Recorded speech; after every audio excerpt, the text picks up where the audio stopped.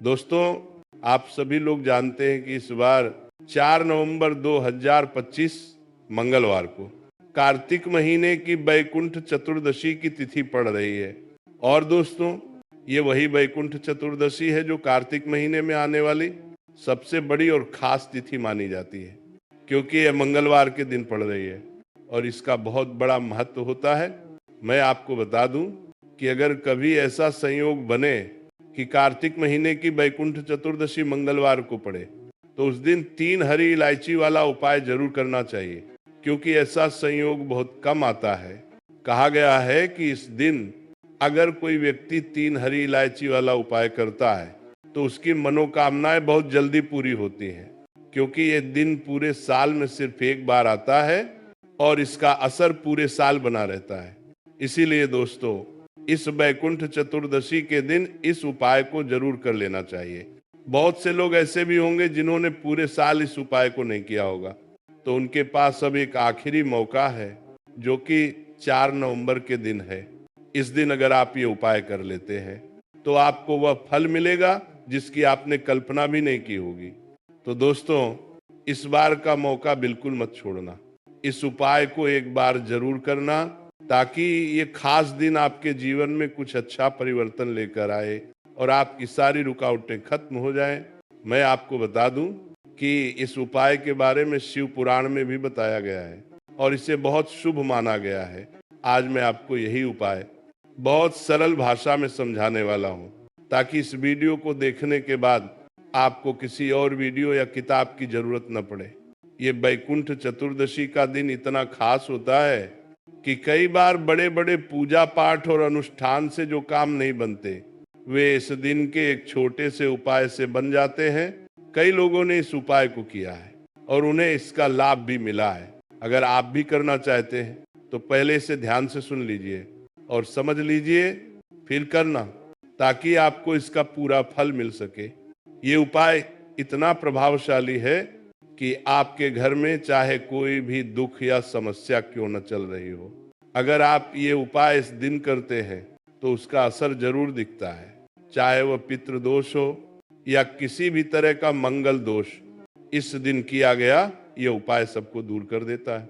कहा गया है कि अगर किसी खास तिथि पर यह उपाय किया जाए तो उस तिथि का फल तो मिलता ही है, लेकिन साथ ही उसका असर उससे भी बड़ा होता है और फल बहुत जल्दी मिलता है, क्योंकि आप ये उपाय बहुत बड़े और खास दिन पर कर रहे हो।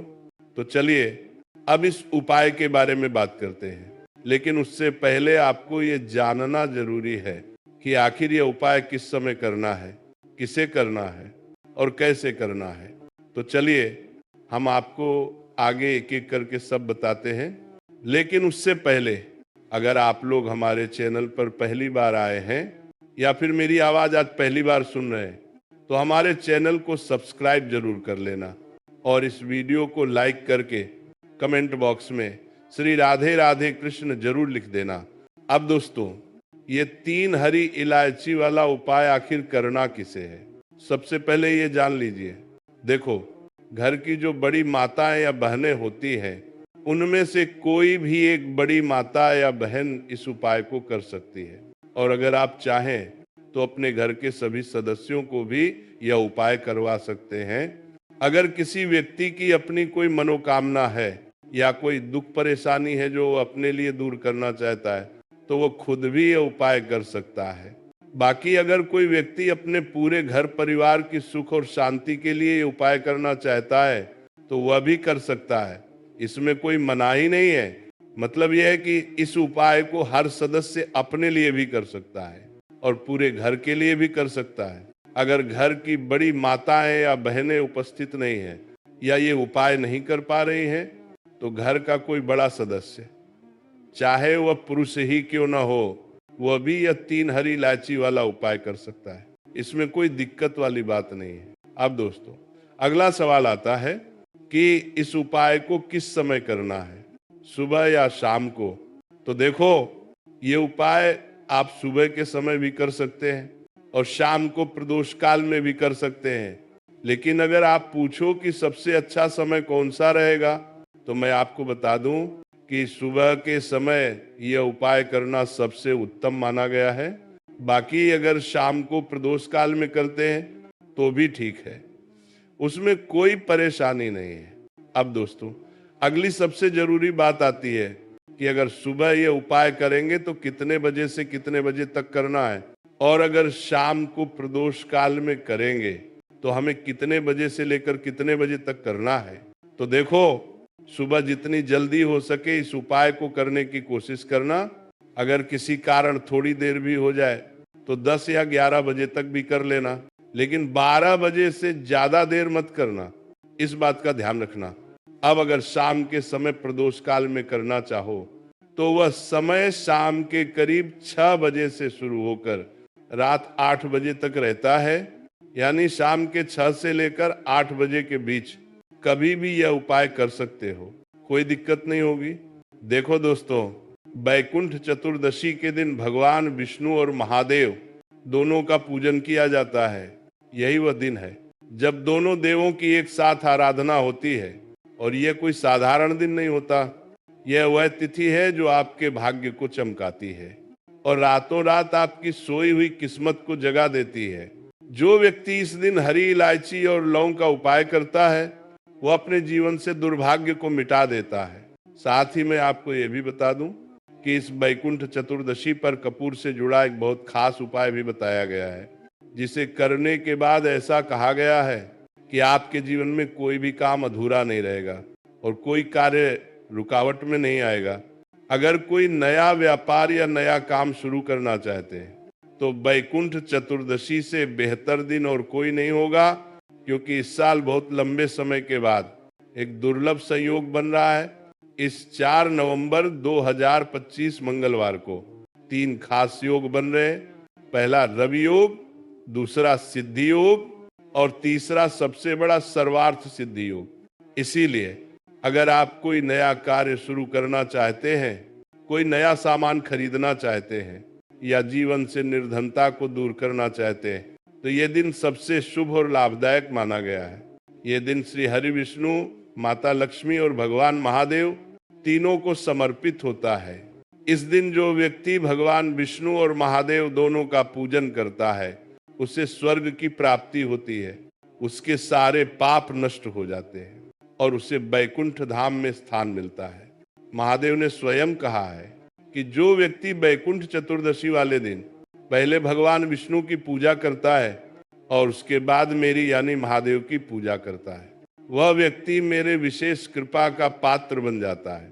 ऐसा करने वाले को जीवन में कभी कष्ट नहीं रहता, उसके जीवन में हर सुख आता है। इसलिए दोस्तों, अब बात करते हैं कि वह खास उपाय कौन सा है जिससे आप अपने घर से निर्धनता को दूर करेंगे और अपने भाग्य को रातों रात चमकाएंगे। यही वह दिन है जब भगवान श्री हरि विष्णु संसार का कार्य दोबारा संभालते हैं। संसार का काम 4 महीने के लिए भगवान भोलेनाथ के पास रहता है और बैकुंठ चतुर्दशी वाले दिन भोलेनाथ ये काम दोबारा से भगवान विष्णु को सौंप देते हैं। उसी दिन से फिर से श्री हरि विष्णु संसार का संचालन शुरू करते हैं और अपने भक्तों की मनोकामनाएं पूरी करते हैं। भोलेनाथ तो वैसे भी बहुत भोले हैं, जो भी भक्त उनसे सच्चे मन से मांग लेता है वो उसे खाली हाथ नहीं लौटाते। अब सुनिए, इस दिन कौन सा उपाय करना है। पहले हम बात करेंगे 3 हरी इलायची और 3 लौंग वाले उपाय की, और उसके बाद बताएंगे कि महादेव का पूजन कैसे करना है और भगवान विष्णु को कैसे प्रसन्न करना है। ये जो 3 हरी इलायची और 3 लौंग वाला उपाय है, इसे करने से भगवान विष्णु और माँ लक्ष्मी दोनों की असीम कृपा मिलती है। और जिस घर में श्री हरि विष्णु और माँ लक्ष्मी की कृपा होती है वहां कभी धन की कमी नहीं आती, लक्ष्मी कभी रुष्ट होकर नहीं जाती और अष्टलक्ष्मी का वास बना रहता है।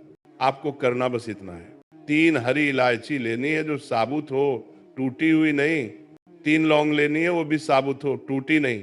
और एक छोटा सा कपूर का टुकड़ा लेना है। इन तीनों चीजों को मिट्टी के दीपक या किसी बर्तन में एक साथ रख लेना है और घर के मंदिर में रखकर जलाना है। साथ ही एक देसी घी का दीपक गोल बाती वाला माँ लक्ष्मी और भगवान विष्णु के सामने जलाना है। बहुत ही छोटा सा उपाय है पर असर बहुत बड़ा है। इसे करिए और देखिए किस तरह किस्मत पलटती है। जो हरी इलायची, लौंग और कपूर आपने जलाया है, उसे घर के मंदिर में ही घुमाना है, पूरे घर में लेकर घूमने की जरूरत नहीं है। जब आप ये उपाय करेंगे तो अपनी मन की इच्छा वहीं बोल देनी है। अगर धन चाहिए तो धन की प्रार्थना करिए, अगर कोई और मनोकामना है तो वो बोलिए, क्योंकि बैकुंठ चतुर्दशी का दिन ही ऐसा दिन है जो भाग्य को चमकाने वाला होता है। इस दिन जो भी व्यक्ति श्रद्धा से ये उपाय करता है, उसके जीवन में बरकत आती है और घर में धन की वर्षा होती है। अब सुनिए आगे महादेव के पूजन के बारे में। इस दिन भगवान शिव की पूजा भी बहुत जरूरी मानी जाती है। महादेव इतने भोले हैं कि अगर कोई उनका नाम भी प्रेम से ले ले, जय शिव शंभु हर हर महादेव, तो वो भी प्रसन्न हो जाते हैं। यही कारण है कि उन्हें भोलेनाथ कहा जाता है। वे अपने भक्त की थोड़ी सी भक्ति से भी खुश होकर वो सब दे देते हैं जो शायद उसके भाग्य में भी न लिखा हो। अब आपको करना क्या है, अगर आपके घर में भगवान शिव की मूर्ति या शिवलिंग है तो वहां देसी घी का दीपक जलाना है। लेकिन ध्यान रहे, दीपक सबसे पहले गणेश जी के आगे जलाना है, क्योंकि गणेश जी प्रथम पूजनीय है और उनके बिना पूजा अधूरी मानी जाती है। उसके बाद महादेव के आगे दीपक जलाइए, फिर माता पार्वती का ध्यान करिए और महादेव से प्रार्थना करिए कि भोलेनाथ, आप तो सबकी सुनते हैं, मेरी भी मनोकामना पूरी कर दीजिए। तो देखिए, जब आप बैकुंठ चतुर्दशी के दिन भोलेनाथ से अपनी मनोकामना मांगने वाले हैं तो सबसे पहले भगवान विष्णु और माता लक्ष्मी की पूजा करिए, फिर यह उपाय कीजिए। सबसे पहले भगवान गणेश जी के आगे एक दीपक जलाकर रख दीजिए, क्योंकि किसी भी शुभ काम की शुरुआत गणेश जी के बिना अधूरी रहती है। इसके बाद जब आप महादेव की पूजा करें तो उन्हें देसी घी का एक दीपक अवश्य अर्पित करें। बस इतना सा करने से ही महादेव प्रसन्न होकर आपकी सारी मनोकामनाएं पूर्ण कर देते हैं। भोलेनाथ बहुत दयालु हैं, जो सच्चे मन से मांगो वही दे देते हैं। यही बैकुंठ चतुर्दशी का चमत्कारिक दिन है जब भगवान विष्णु और भगवान शिव दोनों की एक साथ पूजा की जाती है। ऐसा बहुत कम होता है। इस दिन अगर कोई श्रद्धा से पूजन करे तो भाग्य बदल जाता है। तो जरूर करिए, हो सकता है वही चीज जो आपके जीवन में सालों से अधूरी है आज पूरी हो जाए। अब बात करते हैं तीसरे उपाय की। ये उपाय इतना असरदार है कि इससे घर में बरकत आती है, क्लेश खत्म होता है और जो धन एक बार आता है वो टिक भी जाता है। निर्धनता हमेशा के लिए चली जाती है। आप इस उपाय को दो तरीकों से कर सकते हैं। पहला तरीका है, अपने घर के पास अगर कोई पवित्र नदी, तालाब, कुआं या बावड़ी हो तो वहां एक दीपक जलाइए। बस इतना ध्यान रहे, दीपक देसी घी का हो और उसमें गोल बाती हो। अब बहुत से लोग कहेंगे कि हमारे पास तो कोई नदी, तालाब नहीं है, तो वो लोग चिंतित ना हो। दूसरा तरीका यही है कि वही दीपक आप पीपल के पेड़ के नीचे लगाइए, क्योंकि पीपल का पेड़ कोई साधारण वृक्ष नहीं है। उसमें ब्रह्मा, विष्णु, महेश तीनों का वास माना गया है। माँ लक्ष्मी का निवास होता है और हमारे पितरों की ऊर्जा भी उसमें रहती है। इसीलिए पीपल के नीचे दिया जलाना सबसे पवित्र माना गया है। जब आप दीपक जलाएं तो अपनी मन की इच्छा वहीं बोल दीजिए। माँ लक्ष्मी और श्री हरि विष्णु से कहिए कि मेरे जीवन से सारी रुकावटें दूर करें और महादेव से प्रार्थना करें कि मेरे जीवन में बरकत बनी रहे। सच्चे मन से बोली गई बात भगवान जरूर सुनते हैं। ये उपाय शाम के समय करना सबसे शुभ रहता है, लेकिन अगर शाम का समय न मिल पाए तो सुबह सूर्योदय के बाद भी किया जा सकता है। भगवान के लिए समय से ज्यादा मायने रखती है भक्ति और सच्ची श्रद्धा। जो भी व्यक्ति इस दिन पूरे मन से ये उपाय करता है, उसके घर में लक्ष्मी स्थिर होती है, धन की वर्षा होती है, घर का वातावरण पवित्र और शांत होता है और महादेव, विष्णु और माँ लक्ष्मी तीनों की कृपा एक साथ मिलती है। हम यही कामना करते हैं कि भगवान महादेव आपके जीवन से सारे संकट और कष्ट दूर करें। श्री हरि विष्णु, माँ लक्ष्मी और गणपति रिद्धि सिद्धि के साथ आपके घर में प्रवेश करे और सदा आपके घर में धन, संपदा, सुख और शांति बनी रहे। अगर आपको यह जानकारी उपयोगी लगी हो तो इसे जरूर आगे साझा करें ताकि और लोगों तक भी भगवान की कृपा पहुंचे। जय शिव शंकर, जय श्री हरि, जय मां लक्ष्मी।